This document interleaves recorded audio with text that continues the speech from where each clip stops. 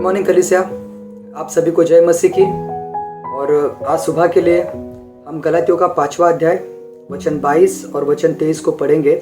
और इन वचनों में इस प्रकार से लिखा है कि पर आत्मा का फल प्रेम, आनंद, शांति, धीरज, कृपा, भलाई, विश्वास, नम्रता और संयम है। ऐसे ऐसे कामों के विरोध में कोई भी व्यवस्था नहीं है।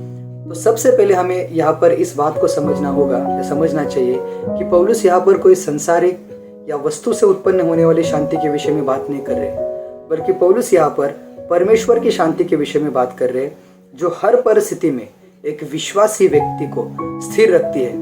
पौलुस यहाँ पर आत्मा के इस ऐसे फल के विषय में बात कर रहे हैं जिसका दाता स्वयं परमेश्वर है, प्रभु यीशु मसीह है, जिसका शांति का दाता स्वयं प्रभु यीशु मसीह है, यशायाह 9:6 के अनुसार। दूसरी बात, इस प्रकार की शांति हम कैसे प्राप्त कर सकते हैं? इसका बहुत ही आसान सा जवाब है। जिस वक्त हम अनंत जीवन के लिए प्रभु यीशु मसीह पर विश्वास करते हैं, उसी क्षण परमेश्वर पवित्र आत्मा हमें देते हैं और वह पवित्र आत्मा अनंत तक सदा के लिए हमारे जीवन में हमारे साथ रहते हैं। और ये सारे पवित्र आत्मा के फल है। तो जिस व्यक्ति ने प्रभु यीशु मसीह पर विश्वास किया है, परमेश्वर ने इन फलों को उनके जीवन में उंडेल दिया है, ताकि इन फलों का अनुभव करते हुए हर एक विश्वासी इस पृथ्वी पर शांति से जीवन बिताए और परमेश्वर को महिमा दे। परमेश्वर की यह शांति या आत्मा का यह फल एक विश्वासी को रोजमर्रा का जीवन जीने के लिए किस प्रकार से मदद करती है या उनके जीवन में किस प्रकार से प्रभाव डालती है, इसके लिए हम 3 पॉइंट को देखेंगे। पहला पॉइंट है अनंत काल की निश्चितता। हमारे पास अनंत काल की निश्चितता है, इसके लिए हमारे हृदय में शांति है। इसके लिए हम रोमियो का 5वां अध्याय वचन 6, वचन 8 और वचन 10 को पढ़ेंगे। और इन वचनों में इस प्रकार से लिखा है कि क्योंकि जब हम निर्बल ही थे तो मसीह ठीक समय पर भक्तिहीनों के लिए मरा। वचन 8, परंतु परमेश्वर हम पर अपने प्रेम की भलाई इस रीति से प्रकट करता है कि जब हम पापी थे तभी मसीह हमारे लिए मरा। वचन 10, क्योंकि बैरी होने की दशा में तो उसके पुत्र के मृत्यु के द्वारा हमारा मेल परमेश्वर के साथ हुआ, फिर मेल हो जाने पर उसके जीवन के कारण हमारा उद्धार क्यों न हो। इन 3 वचनों में 3 अलग अलग शब्द है। पहला शब्द है निर्बल, दूसरा है पापी और तीसरा है बैरी। ये तीनों भी शब्द हमारे विश्वासी बनने से पहले की पहचान है। और सोचो, अगर हम इसी पहचान में मर जाते तो हमारा अनंत काल, हमारा अनंत स्थान कहाँ पर होता?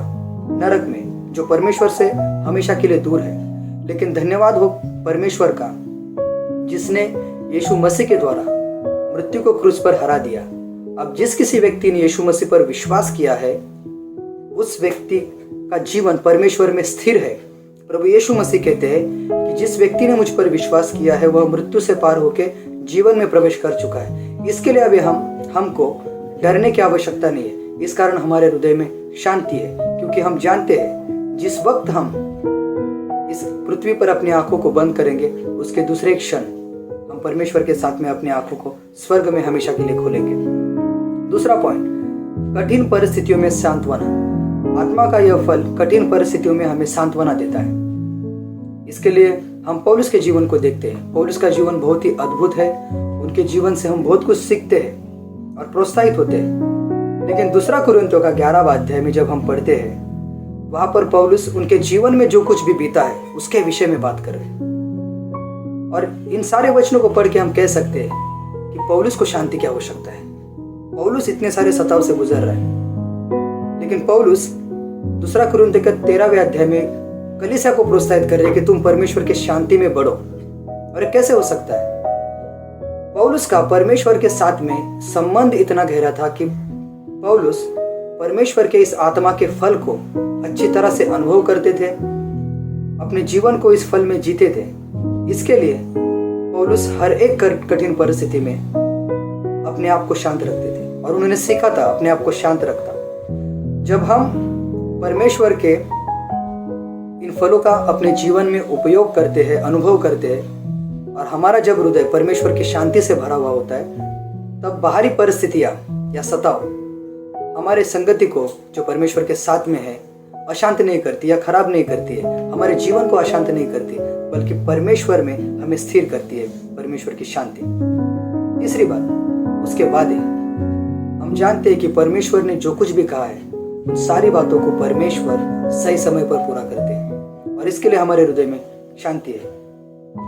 और यीशु मसीह स्वयं कहते हैं कि मैं अपनी शांति तुम्हें देता हूँ। प्रभु यीशु मसीह ने शांति देने का वादा किया है। प्रभु यीशु मसीह कहते हैं कि मेरे वादे हर समय पूरे होते हैं, हर एक समय में, हर एक विश्वासी के जीवन में उनके वादे पूरे होते हैं। इसके लिए हमारे हृदय में शांति है। और हम देखते हैं कि केवल परमेश्वर की शांति जो सारी समझ से, सारी परिस्थितियों से अलग है, वही हमें यीशु मसीह में स्थिर कर सकती है, वही हमें यीशु मसीह में बढ़ा सकती है, हमारे जीवन को शांत कर सकती है।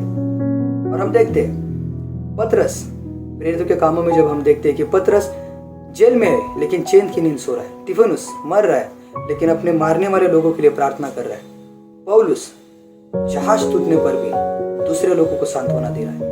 केवल परमेश्वर की शांति और आत्मा का यह फल ही हमें इस प्रकार का स्वभाव प्रदान करते हैं, स्वभाव देते हैं। और अंत में मैं आपसे इतना ही कहना चाहता हूँ कि यूहन्ना का 14वां अध्याय उसका 27वां वचन में यीशु मसीह हमें फिर से याद दिलाते हैं कि इस वचन को हम पढ़ते हैं 14:27 में यीशु मसीह कहते हैं कि मैं तुम्हें शांति दिए जाता हूँ, अपनी शांति तुम्हें देता हूँ। इस शब्द को याद रखना, अपनी शांति तुम्हें देता हूँ। जैसे संसार देता है मैं तुम्हें नहीं देता।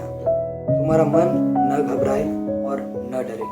यीशु मसीह फिर से हमें यशायाह 9:6 की याद दिलाते कि हमारी शांति का सोर्स स्वयं यीशु मसीह है, और उन्होंने हमें शांति दी है। इसके लिए कोई भी व्यक्ति, कोई भी परिस्थिति, कोई भी सताव परमेश्वर की शांति हमारे जीवन से नहीं छीन सकते। और जो शांति परमेश्वर ने हमसे बांटी है, उसी शांति को हम संसार के साथ में बांट सकते हैं, उनके जीवन को प्रभु की शांति से भर सकते हैं, उन्हें प्रभु में लेके आ सकते हैं और परमेश्वर में उनके जीवन को स्थिर कर सकते हैं।